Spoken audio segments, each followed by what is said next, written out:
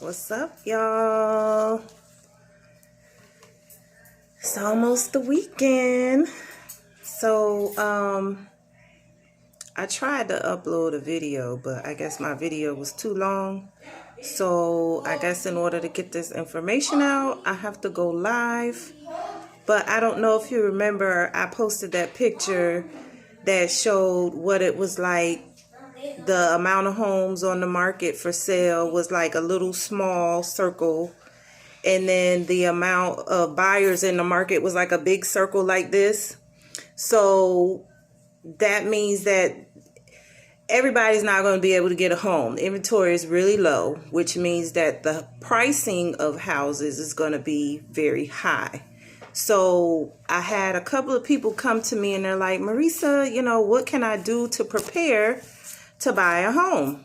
So I came up with a list of things that I think is very important. And I tell this to my clients all the time as well. So they know what to expect and they can be prepared. So the first thing I would say is to save. Save as much money as you can. Save, save, save. Most people get confused because they're like, well, I have, a couple thousand, 2,000-3,000 to save for my down payment. And I'm like, no, honey. You're going to need more than 2,000-3,000 for your down payment. So the general rule of thumb is there are basically two pots that you have to contribute to. The first one is your down payment and the second one is your closing costs. So these two pots you are going to have to put money into, and you need to have it up front. So depending on the type of loan that you have, whether it's conventional or FHA, sometimes they're 3%, sometimes it's 5%. It really depends on your credit, what percentage you have to put down. But like I said, it ranges from 3 to 5%. Let's say we're going on the low end and say you got to put down 3%. That's for your down payment. Now on the closing cost size, depending on what type of house you get, whether it has an HOA or not, that also ranges between 3 and 5%. So if we stick to the low end and say your closing costs will be 3%. If you put it together, your down payment 3%, your closing costs 3%, you're going to have 6% to put down and to close your loan. So you'll be like, okay, 6%, that's not too bad. It's 6% of the price of the home. So let's say you have $250,000 home that you want to get. 6% is $15,000. That's why I say those $2,000-3,000 in savings is not going to be enough.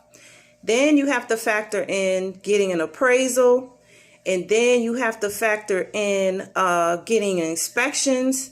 Appraisals, they're like maybe a couple $100. Inspections, depending on what type of inspection you get, that's going to be a couple $100, between $300 and $600. So you have to have money up front. Save as much as you can. The second thing I would do is get a pre-approval. In this market, most agents that I know, they are not going to show you a house. You're not going to go shopping if you do not have your pre-approval. The pre-approval is going to come from your lender. It does not come from me as your agent. You need to contact the lender. Tell them what you're trying to do. Make sure they pull your credit. If they don't pull your credit, y'all playing. You got to get your credit pulled. Get your pre-approval. Hi, everybody. Hey, Joe. Hey, Aisha. Yes, so get your pre-approval. Make sure they pull your credit and make sure they ask for documentation. Because if you don't have nothing to support what you're saying, they're just going off of talk. And when it comes down to it and you're under contract and they do get that bank statement and they do get your pay stubs and stuff and it's not matching up, you're going to be denied. So get your pre-approval. If you're going to get down payment assistance, get your down payment assistance handled. Get your reservation number. Get all of that done ahead of time. Because like I said, houses on the market today, and they could get up to 30 offers in the first 24 hours. Is that competitive right now? So get your pre-approval, get your down payment assistance together. Ask your lender to give you numbers up front. So if you know, you be like, okay, I want to stay, you said I was approved for $250. I want my payments to be around, let's say, no more than $2,000 or $1,500. I'm just throwing numbers out here. If you say that, make sure you want that to be your mortgage payment, your insurance, your taxes. If you have HOA, you need to include all of that into your monthly payment and get an estimate from your lender to find out what that monthly payment is going to be. Because even though you're approved up to $250 or what have you, find out what a $250,000 house is going to cost you each month. It's very important. So get your numbers up front. Ask them for your low number, a mid, and a high range. So you could judge to where you need to be shopping at for your prices. Another thing I'm going to say is be patient. I didn't record it. I tried to do a video and then record it, but it was too long. So I just was like, I have to go live. But once the live is over, you could go back and see the beginning. Okay? So I'll answer your question, Joseph, in a minute.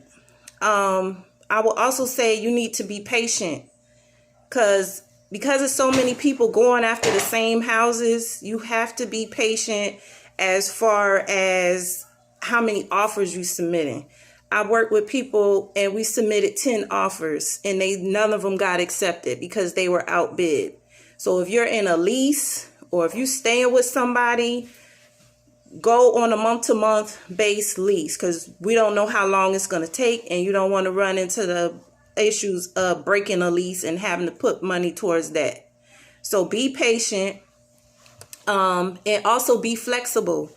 A lot of times in the seller's market, people that have the house and they trying to sell their house, they're like, well, I'm going to just put it on the market now and get the money that I could get and I'm gone. But some people, they are going to put themselves right back into the same pool as you are in and becoming a buyer if they sell their home. So people put it on the market early and then they're like, well, instead of me closing in a typical 30, 40 days, can you be flexible in closing 60 days or longer? So that's why I say be flexible with your closing date and be patient. Sometimes they also want to do like a lease back. So even though you might close in 30, 40 days, they're going to say, well, can we lease it for you for like 2-3 months, which gives us extra time to find a house. Some people do that if you're flexible. Some of the strategies that I do to make sure that my clients win is, okay, when you're submitting an offer and your offer is accepted, you have to submit a deposit to the title company. Well, this is how it is in the state of Florida.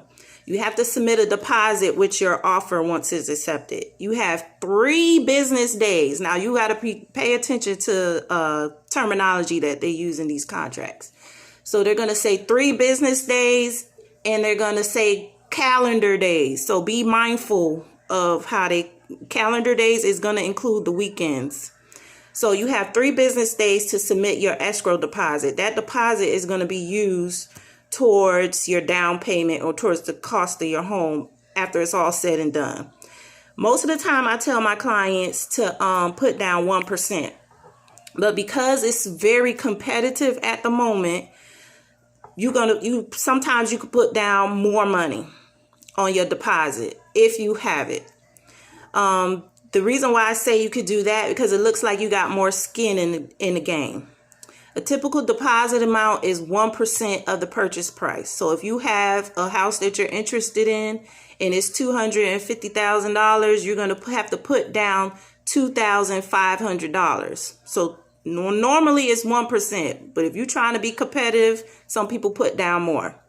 Another strategy that I've seen people do to win bids is, which I don't recommend to my clients at all, is that they're waiving their inspection period.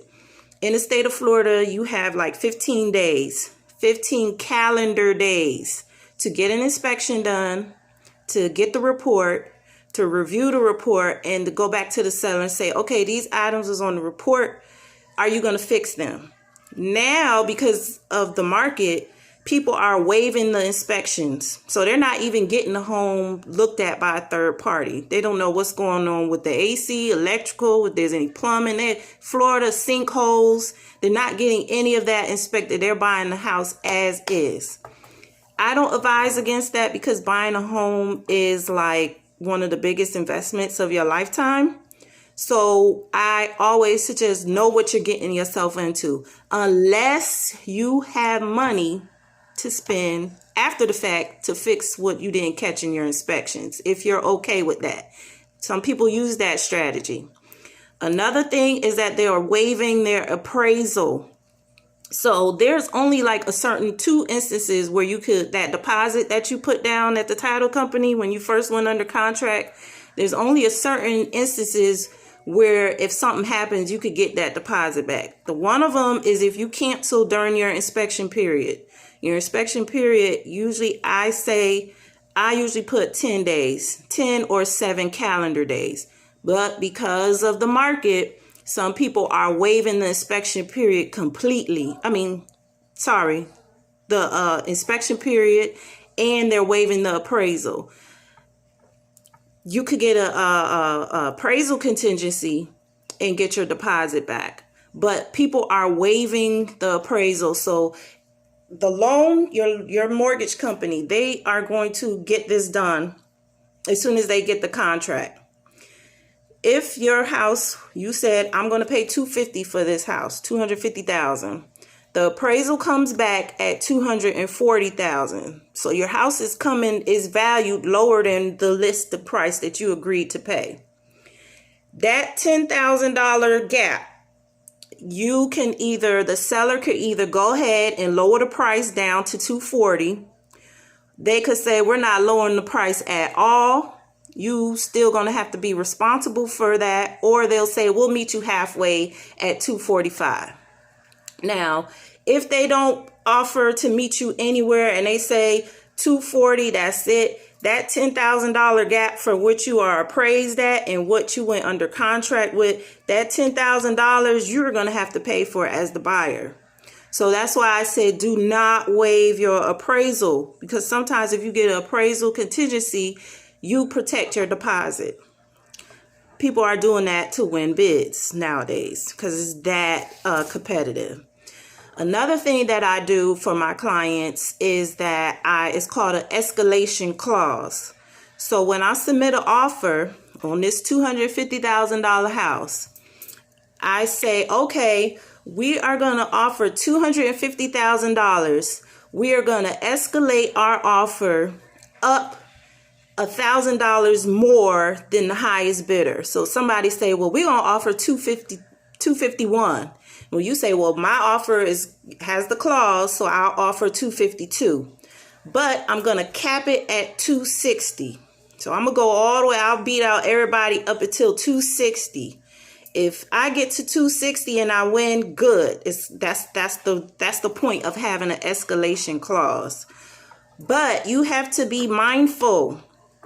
Now that you're at $260, that house better appraise at $260. Because if it does not appraise at $260 and it appraises at $240, you're going to have to come up with that $20,000 gap if the seller does not reduce the price. I hope that makes sense to you guys.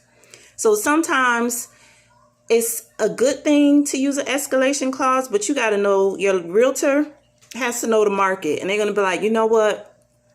You're not going to win this. If you win it, you don't even have money to cover this gap in case it does not appraise. So you gotta, it's like playing chess. You got to know what your next move is going to be or what you're even capable of doing. To avoid all of that, I always tell my clients, if you are approved at $250,000 and you want to use escalation clause and you don't have no extra money for closing costs and things of that nature, look for a house below your pre-approval amount. If you're at $250, look at a house at $225. So that way it gives you that room to say, okay, well, I feel comfortable, offering a little bit more. I have the money in my savings just in case I don't appraise at that amount. And I'm still within my pre-approval amount. So, and it's hard for some people to do that because they got champagne taste on a wine cooler budget. And they be like, well, I don't like these houses. This is not what I want. It don't have my garden tub, my soaking tub. It don't have a backyard. It have this. I have to do all these improvements. But guess what? It's a seller's market. The sellers, they don't have to do any improvements on the houses unless they want to, because they know if you're not going to buy it, somebody else is going to buy it. They're going to buy it without doing an inspection, and they're going to buy it without doing an appraisal. So you got to make sure that you position yourself. You're very upfront, open with your lenders. You're upfront and open with your realtor. And you got to be real with yourself. Like, now is not the time to try to get all the bells and whistles unless you got bells and whistles money and you could back it up. I will also say, I'm trying to think of anything that I forgot. Let me go through these. If there's anything, if you're looking to, okay, Joe says, if you're looking to buy a duplex or a quadruplex, what would be the best way to invest in that? Okay, so first of all, is this going to be your primary residence or is this going to be an investment property? If this is going to be your primary residence, then I say that's one of the best ways to purchase, is that you live in one side and you have your tenants living on the other side and they paying your mortgage. And you basically staying there for rent free because it's your property. Your tenants is paying your mortgage. That's one of, I would say, especially if you're a first time home buyer, that's a good way to get into the market. Depending on your credit, you're going to have to go through the same process of putting the deposit down. You're going to have to get an inspection. It's going to have to be appraised. And depending on your credit, is going to determine how much you have to put down as your down payment. Like I said, conventional, people are putting down like 3%, FHA 3.5%. But again, it's determined by your credit. So everyone's like, well, my credit is good. I think it's good. If you're planning to buy sometime this year or early next year, please go and talk to a lender right now. Now is the time to talk to them, because they could pull your credit and they be like, oh no, you had, let's say, a bankruptcy. You could get a house, but your discharge date has to be 2 years ago, or if a conventional 3 years ago. So they're putting you on a time frame, or they say, oh no, you can't get it right now. You're going to have to pay this account off and get your debts lowered. So talk to a lender now so you know what you need to do. If you could get pre-approved now, that's thumbs up. But if not, the lender is going to tell you exactly what you need to work on, because you think you might have to pay that old cable bill from 3-4 years ago, when that cable bill does not have a big impact on increasing your credit score. So find out from the person that's really going to approve you what you need to do from now. I hope that makes sense. Like I said, get your numbers up front. Find out if you could swing the monthly payment, because sometimes, they be like, I want a $300,000 house. But when those monthly payments come in, especially when you add in HOA fees, sometimes it's out of their budget. I'm trying to think of anything else that I forgot or that you would like to have answered. Just type it below. But it's really, you got to be ready to go. Like I said, if the house comes on the market today, go see that house today. If you can't make it, send your cousin, your mom, somebody who you trust. Even if you don't have nobody else to go for you, send your realtor to go. Tell them to video call you and y'all do a walkthrough, because tomorrow it's going to be too late. It's going to be 10, 20, 30 offers on that one house because everybody's trying to get that house. And the prices are going up. Even if you do new construction, it's competitive with new construction as well. Number one, the prices are going up with them because the materials to purchase, the cost of wood is like up 400%. So the builders, they're going to pass that cost on to you. Not only is the cost of wood going up, the amount of time to get the materials. So if you need an appliance package in the house, the builder, it's on back order. They can't get it. The same way, like if we're shopping online, it's the same thing with new construction homes. So I would say, one thing I would say about new construction, they do cover your closing costs. Some builders do. Now, if you're going to go with a resale house and you're asking like the seller to pay your closing costs, this is not the market to ask for the seller to pay for your closing costs. It's possible, but it's not very conducive to you winning your bid, because the next buyer, they're not asking for no seller's concessions to pay their closing costs, and they're not they're probably, it depends on the type of loan they have, but they could be offering even more. So that's another thing, that you do not ask the seller. It's not the time to ask for closing cost assistance. Number one is you're going to be outbid because somebody else is not going to ask for it. And number two, if you do ask for sellers concessions and they agree to it, you got to factor in that amount into your loan. So let me break it down for y'all. So if you have this $250,000 house, you got your down payment, you got your closing costs. They're saying, oh, Marisa, it's going to be $8,000 for your closing costs. And you're like, well, I don't have it. And the seller, they're not going to pay for it, but I could put that into my loan. So instead of getting a $250,000 loan, I'm going to put those closing costs of $8,000 or $7,000. So I'm going to be asking for $258 or $257, which is cool. And then you say, give me a credit so I could cover my closing costs. I built that into my loan. The only thing about that is it has to appraise. So you're back to square one. Everything has to appraise. If it don't appraise, you either going to lose the deal or you're going to have to come out with more money out your pocket. All right. So I pretty much covered everything. If I miss anything, just drop a comment below and I'll try to answer it. But I just wanted to be, come to everybody so you have realistic expectations of what is required to buy a home. Now, some people are like, well, bump that. I'm going to just do new construction. New construction, it has its challenges.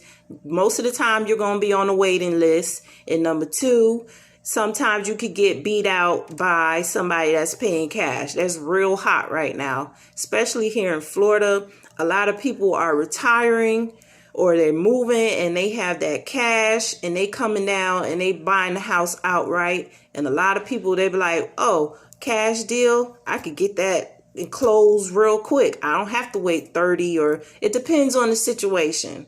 But and it's unfair, but sellers and builders, they're treating cash buyers like royalty right now. So I just wanted y'all to have realistic expectations of what's going on in the market.